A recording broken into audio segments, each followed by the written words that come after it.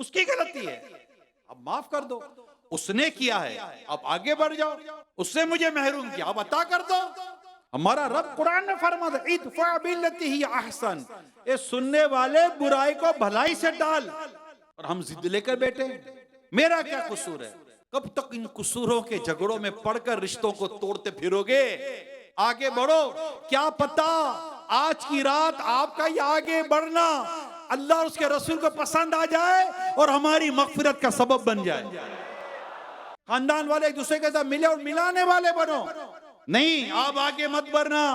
हम क्यों छोटे बाप के बने? अरे यार, छोटे बड़े बाप का झगड़ा नहीं है यहाँ, तो ये बात है कि मुझे आज की रात अल्लाह पाक से मगफिरत की खैरात लेनी है। अगर आज की रात ही मैं वो अमल करने में कामयाब हो जाऊं कि जिसको करने की मुस्तफा करीम ने मुझे तरगीब इरशाद फरमाई और इरशाद फरमाया कि रिश्तेदारों से अच्छा सलूक करना है, नेक सलूक करना है, सिले रहमी करनी है। सिले रहमी इसका नाम नहीं है जो तेरे साथ भलाई करे तो उसके साथ भलाई कर, ये तो अदला बदला हो गया।